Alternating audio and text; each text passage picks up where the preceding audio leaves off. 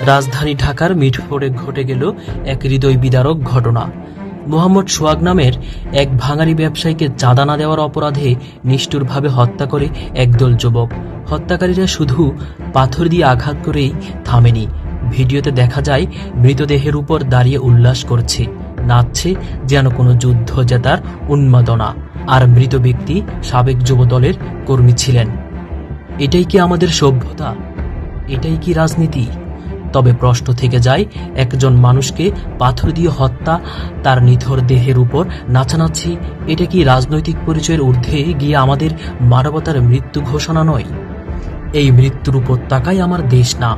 এই অন্ধ উল্লাস, এই রক্ত নৃত্য আমার সংস্কৃতি হতে পারে না। আমি স্বপ্ন দেখি একটুখানি মানবতার, যেখানে মৃতের প্রতি থাকে শ্রদ্ধা আর জীবনের প্রতি মায়া। এমন মৃত্যু নয়। আমরা আলোর দেশে বাঁচতে চাই, চাই ন্যায়ের বিচার আর ঘৃণার রাজনীতির অবসান। মাহমুদুল হাসান, সন্দীপ টেলিভিশন।